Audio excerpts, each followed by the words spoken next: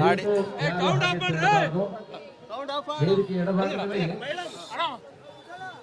ಉಪಹಾರದ ವ್ಯವಸ್ಥೆ ಇದೆ, ದಯಮಾಡಿ ಅದನ್ನು ಸ್ವೀಕರಿಸಿ ಆನಂತರ ತೆರಳಬೇಕು.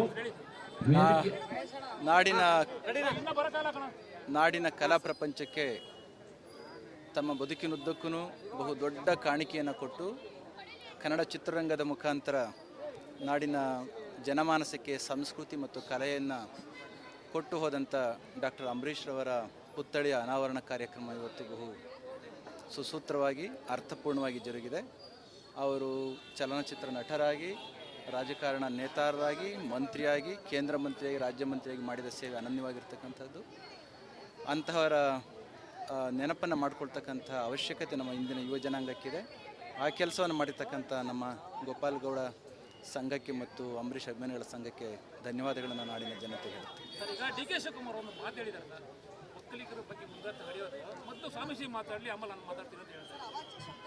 ಮಹಿಳೆಗೆ ನಿಂದೆ ಮಾಡಿ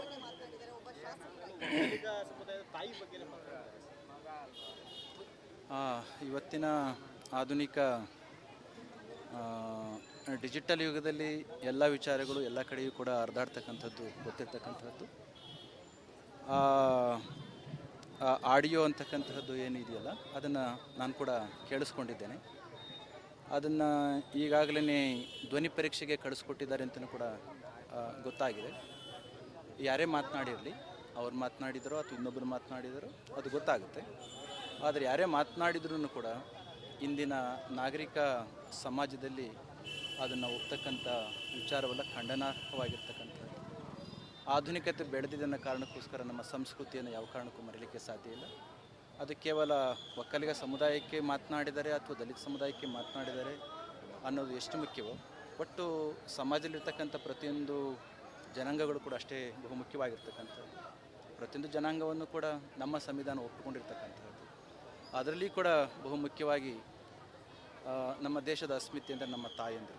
ಅದಕ್ಕೆ ನಮ್ಮ ದೇಶವನ್ನು ಭಾರತ್ ಮಾತೆ ಅಂತ ಕರೀತಾರೆ. ಅಂತಹ ತಾಯಂದಿರ ವಿಚಾರದಲ್ಲಿ ಅವ್ಯಾಚ್ಯವಾಗಿ ಹೇಳಲಿಕ್ಕೆ ಆಗದೇ ಇರತಕ್ಕಂಥ ಮಾತುಗಳ ಮುಖಾಂತರ ಆ ಧ್ವನಿ ಮುದ್ರಣದಲ್ಲಿ ಇರ್ತಕ್ಕಂಥದ್ದು ಸಹ್ಯ ಅಲ್ಲ ಅಂತ ಭಾವನೆ ಇದೆ. ಹಾಗಾಗಿ ಅದನ್ನು ಮಾತನಾಡಿರ್ತಕ್ಕಂಥವ್ರು ಯಾರೇ ಆದ್ರೂ ಕೂಡ ಸೂಕ್ತವಾಗಿರ್ತಕ್ಕಂಥ ನಿರ್ಧಾರ ಮತ್ತು ಕ್ರಮವನ್ನು ತೆಗೆದುಕೊಂಡು ಒಕ್ಕಲಿಗರ ಸಂಘದಿಂದ ಕೆಂಗೇರಿ ಬಳಿ ಅದ್ರ ಬಗ್ಗೆ ನನಗೆ ಗೊತ್ತಿಲ್ಲ, ಕೇಳ್ತೇನೆ.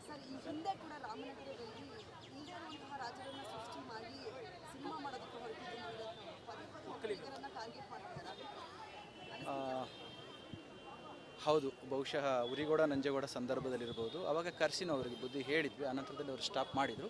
ಆದರೆ ಈಗ ಈ ವಿಚಾರಕ್ಕೆ ಸಂಬಂಧಿಸಿದ ಹಾಗೆ ನಿಜಕ್ಕೂ ಧ್ವನಿ ಮುದ್ರಣದ ಒಂದು ವಿಚಾರದಲ್ಲಿ ಅದು ಆಯಿತು ಅಂತಂದರೆ ಯಾರು ಮಾತನಾಡಿದ್ರು ಅವರಿಗೆ ಖಂಡಿತ ಕ್ಷಮಿಸ್ಲಿಕ್ಕೆ ಅರ್ಹವಾಗಿರ್ತಕ್ಕಂಥ ಒಂದು ವಿಚಾರ ಅದು.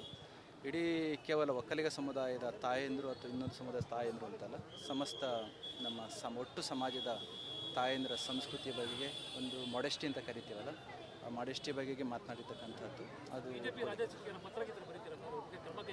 ಉಳಿದ ವಿಚಾರ.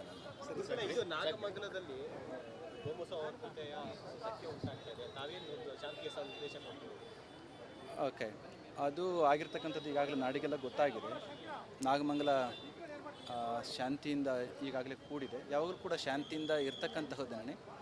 ಆದರೆ ಇದ್ದಕ್ಕಿದ್ದಾಗ ಘಟನೆ ಆದದ್ದು ತುಂಬ ನೋವಿನ ಸಂಗತಿ. ಸಾಮಾನ್ಯವಾಗಿ ಯಾವಾಗಲೂ ಕೂಡ ಹಿಂದೂ ಮುಸಲ್ಮಾನ್ ಬಾಂಧವರು ಆ ಭಾಗದಲ್ಲಿ ಸೌಹಾರ್ದಯುತವಾಗಿ ಅಣ್ಣ ತಮ್ಮಂದರ ಹಾಗೆ ಬದುಕ್ತಕ್ಕಂಥದ್ದು ನಾವು ಕಂಡಿದ್ದೇವೆ. ಆದರೆ ಈ ಸಂದರ್ಭದಲ್ಲಿ ಇದು ಏಕಾಯಿತು, ಅದು ತನಿಖೆ ನಡೀತಾ ಇರ್ತಕ್ಕಂಥದ್ದು.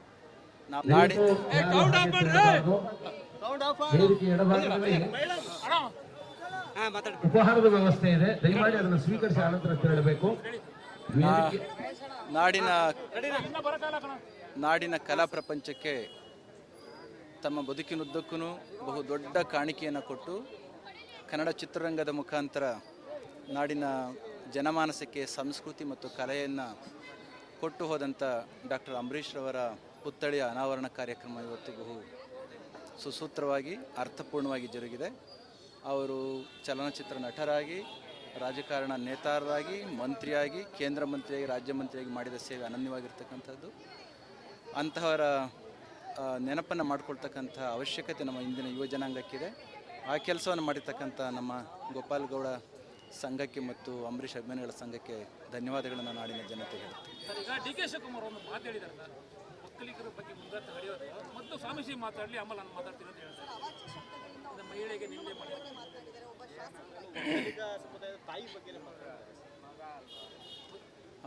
ಇವತ್ತಿನ ಆಧುನಿಕ ಡಿಜಿಟಲ್ ಯುಗದಲ್ಲಿ ಎಲ್ಲ ವಿಚಾರಗಳು ಎಲ್ಲ ಕಡೆಯೂ ಕೂಡ ಹರಿದಾಡ್ತಕ್ಕಂಥದ್ದು ಗೊತ್ತಿರ್ತಕ್ಕಂಥದ್ದು. ಆಡಿಯೋ ಅಂತಕ್ಕಂತಹದ್ದು ಏನಿದೆಯಲ್ಲ ಅದನ್ನು ನಾನು ಕೂಡ ಕೇಳಿಸ್ಕೊಂಡಿದ್ದೇನೆ. ಅದನ್ನು ಈಗಾಗಲೇ ಧ್ವನಿ ಪರೀಕ್ಷೆಗೆ ಕಳಿಸ್ಕೊಟ್ಟಿದ್ದಾರೆ ಅಂತಲೂ ಕೂಡ ಗೊತ್ತಾಗಿದೆ. ಯಾರೇ ಮಾತನಾಡಿರಲಿ, ಅವ್ರು ಮಾತನಾಡಿದರೋ ಅಥವಾ ಇನ್ನೊಬ್ಬರು ಮಾತನಾಡಿದರೋ ಅದು ಗೊತ್ತಾಗುತ್ತೆ.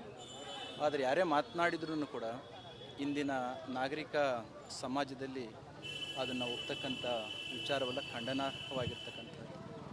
ಆಧುನಿಕತೆ ಬೆಳೆದಿದ್ದನ್ನ ಕಾರಣಕ್ಕೋಸ್ಕರ ನಮ್ಮ ಸಂಸ್ಕೃತಿಯನ್ನು ಯಾವ ಕಾರಣಕ್ಕೂ ಮರೀಲಿಕ್ಕೆ ಸಾಧ್ಯ ಇಲ್ಲ.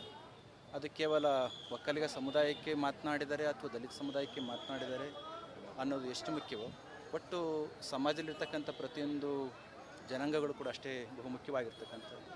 ಪ್ರತಿಯೊಂದು ಜನಾಂಗವನ್ನು ಕೂಡ ನಮ್ಮ ಸಂವಿಧಾನ ಒಪ್ಪಿಕೊಂಡಿರ್ತಕ್ಕಂಥದ್ದು. ಅದರಲ್ಲಿ ಕೂಡ ಬಹುಮುಖ್ಯವಾಗಿ ನಮ್ಮ ದೇಶದ ಅಸ್ಮಿತೆ ಅಂದರೆ ನಮ್ಮ ತಾಯಂದಿರು.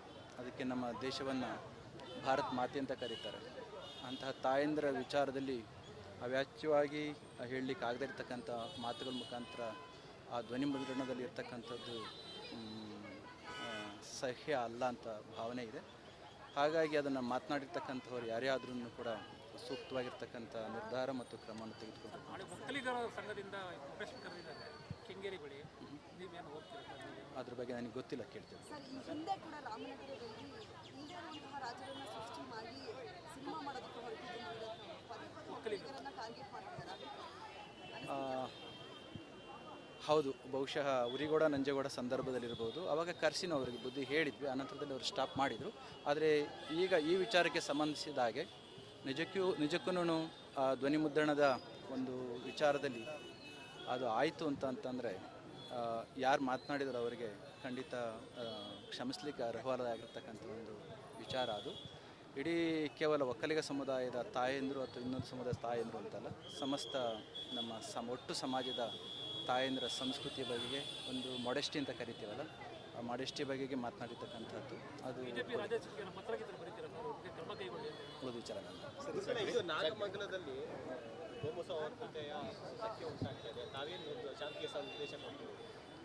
ಓಕೆ, ಅದು ಆಗಿರ್ತಕ್ಕಂಥದ್ದು ಈಗಾಗಲೇ ನಾಡಿಗೆಲ್ಲ ಗೊತ್ತಾಗಿದೆ. ನಾಗಮಂಗಲ ಶಾಂತಿಯಿಂದ ಈಗಾಗಲೇ ಕೂಡಿದೆ. ಯಾವಾಗಲೂ ಕೂಡ ಶಾಂತಿಯಿಂದ ಇರ್ತಕ್ಕಂತಹದ್ದೇನೆ.